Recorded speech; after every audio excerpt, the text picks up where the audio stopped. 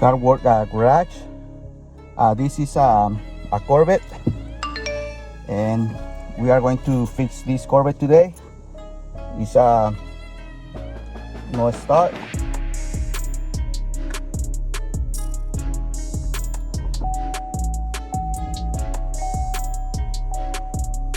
It's not doing anything, not clicking, not cranking.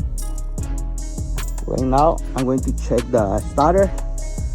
I'm going to see if I have power for the solenoid, if the starter has a good ground. You need to disconnect the battery to do this job. Positive and negative. I have my jumping box. When I turn on this one has a power, and I disconnect the solenoid. Right there is the connector, and that connector I put the power.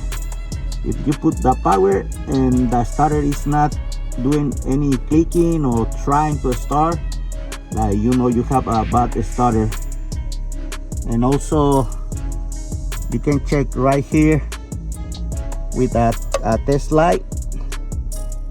When somebody tries to start the car, you need to see power right here. If you see power right here on this connector, you know you have like good wire, good fuses, good relay, and the only thing is a bad starter.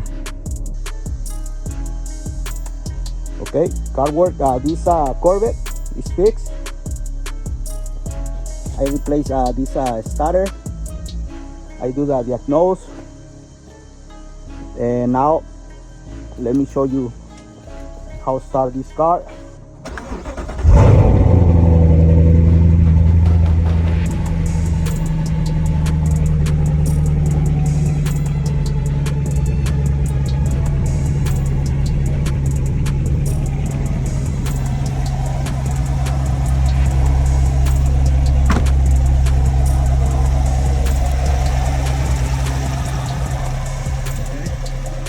Thank you for watching this video, and this Corvette is fixed.